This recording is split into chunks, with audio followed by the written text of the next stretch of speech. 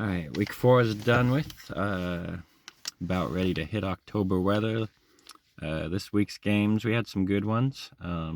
Saints and Falcons, I'd say, was the best game. It's always a good time between these guys. Definitely a close matchup. Seahawks Lions, though, was second best. Definitely seems like we're starting to have a little bit of a fun rivalry with them. Always turns out to be a shootout. The Bengals and Panthers ended up being a good one. Andy Dalton's actually playing pretty well. And the Bengals were definitely very angry at their 0-3 start.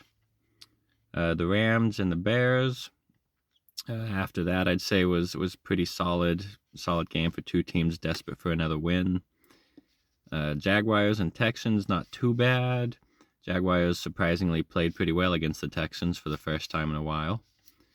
The Chiefs and the Chargers was a good matchup. It was an interesting one. It was all Chargers in the beginning, and then the Chiefs just kind of took over. Definitely a good defensive matchup. The Browns and Raiders was a good game if you like defense. Steelers and Colts as well. The bad games, we had Vikings-Packers was a bit of a disappointing game, but it kind of turned a little exciting near the end where the Packers started to make a bit of a comeback. Titans and Dolphins was okay. It kind of fell apart in the second half for the Dolphins. Commanders and Cardinals was a pretty bad game just because of the Commanders just destroying the Cardinals, not even close. And then the Bills and the Ravens as well. It was just kind of a surprise to see the Bills do that poorly.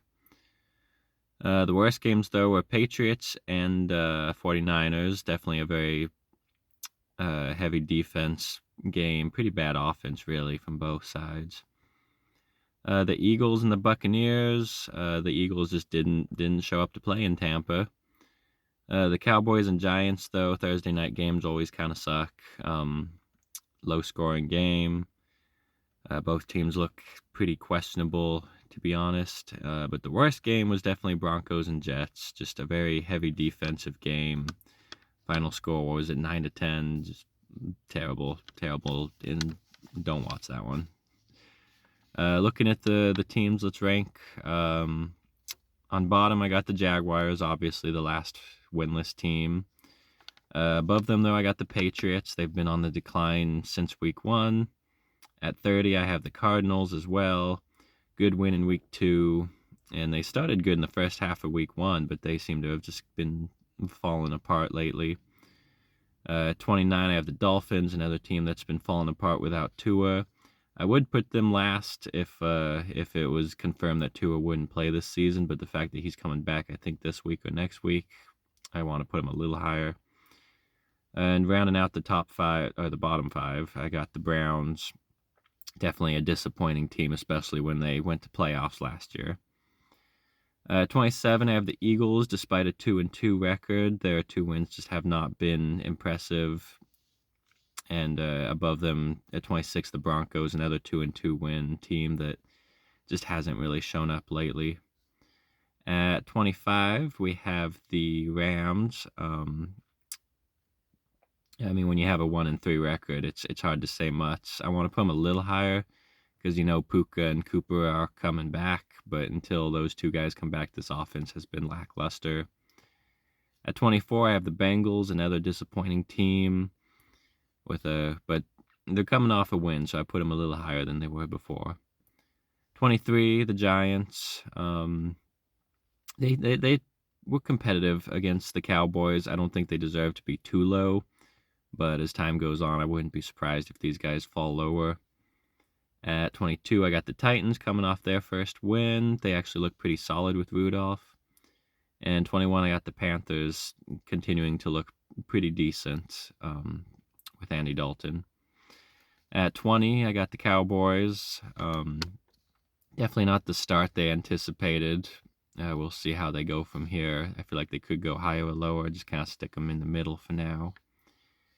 At 19, we have the Jets. I had them way too high. I had them at like number 7 last week, putting up 9 points against the Broncos. You got to put them low, and hopefully that was just a one-off game and they'll do better. But for now, they deserve to be pretty low. 18, we got the Falcons. They started rough, but they seem to be doing better, up and up. They just got that win over the Saints. That's a big divisional win. 17, we have the Colts coming off their first win with Joe Flacco. Not the best game, not the prettiest game, but since they finally got a win, I'll put them more in the middle than the bottom.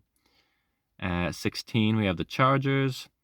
Finally got to drop them out of the top 10, unfortunately. Pretty rough loss to the Chiefs, but their defense still played well against KC, so I don't want to drop them too low. We'll keep them in the middle for now. Not completely giving up on these guys yet. The 15, I got the Raiders. I constantly go up and down on them. They look good one week and then crappy the next week, so let's just keep them right in the middle, and we'll see where they go from here. It was a bit of a good win, though, without Devontae Adams or Max Crosby, and they still win. It just goes to show also how bad the Browns are, though. At 14, we got the Packers. Don't want to give up on these guys too much, but it is kind of funny that Jordan Love has yet to win a game this season. 13, I got the Bears, which I think Packers fans will be mad to have the Bears above them in the division, but I think the Bears coming off a good win. The Bears are on the up and up, and the Packers are on the decline, so until something changes, I got to put the Bears higher. At 12, we have the Bills. I'm glad I didn't put them at number 1 last week. I think a lot of people were just too high on them. Got to drop them out of the top 10 after that loss, but I think they'll be back. 11, we got the Saints. Got to drop them a bit after a divisional loss. I don't think they deserve to be in the top 10 anymore, but with how that offense is playing, I wouldn't expect these guys to be out of the top 10 for long. At number 10, we have the Ravens. They're picking up momentum, finally getting a couple wins. Not sure if they're good enough to stay in the top 10, but if they keep winning, they'll go only higher. Number 9, the 49ers. I think that they've also had a rough start, but they seem to be getting back into the swing of it. Yeah, even without CMC, and I think once he comes back, they'll just be even better again. Oops, sorry. Number 8, I have the Chiefs. Despite the 4-0 start, their games have not been impressive, and their stats don't look that good. But you still got to give them credit. They're winning games regardless. Maybe they'll turn it around and do better before the season's over, but we'll see what happens. Number 7, I still have the Seahawks. Despite a loss, we definitely played very well against Detroit. It's just, they were perfect, and you can't stop a team that's playing perfectly. So credit to the Lions for that game, but I think the Seahawks still deserve to be pretty high despite having their first loss of the season. Number 6, the Steelers. I got them in the same boat as the Seahawks. They suffered their first loss, but it was a close loss, so I don't want to drop them too low. Top 5, though, I got the Texans making a comeback, showing that loss to the Vikings was just a one-off. I think these guys are here to stay. 4, I got the Buccaneers in the same boat, coming off a nice bounce-back win. I think that the loss to the Broncos was just a fluke. But number 3, I got the Lions, coming off a perfect game. I think that despite losing a game to the Buccaneers, they seem like one of the best 3-1 teams.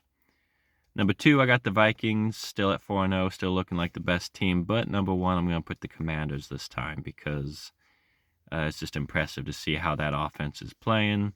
Wouldn't be too surprised if they get cursed this week and fall down, but I want to stick someone new at the top spot. So let's go with good old Washington. Something no one expected going into the season, but Daniels definitely looks like Rookie of the Year.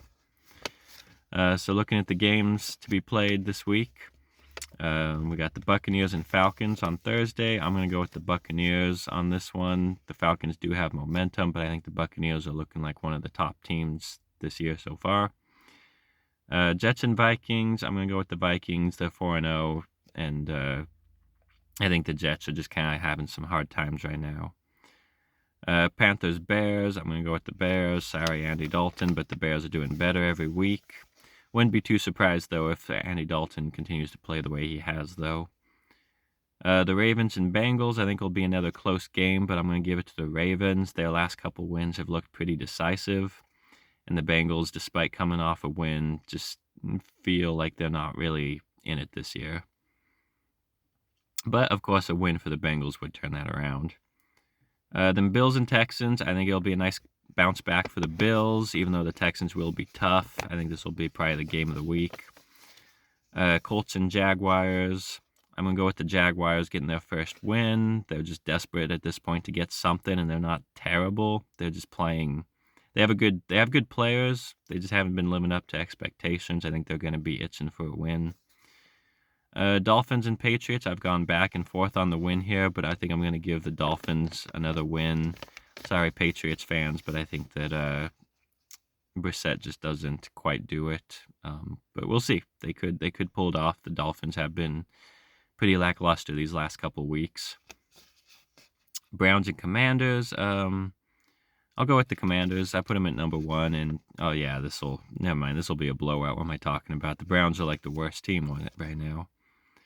Raiders and Broncos. I'm gonna go with the Broncos, but just because it's in Denver, I feel the Raiders could easily win this game. I mean, they're a hard team to predict. They're really good some weeks and really bad. I don't really know yet if Crosby or Adams will be playing. That could be a difference maker. But I like how Knicks has been playing, so let's stick with the Broncos actually somehow going 3-2.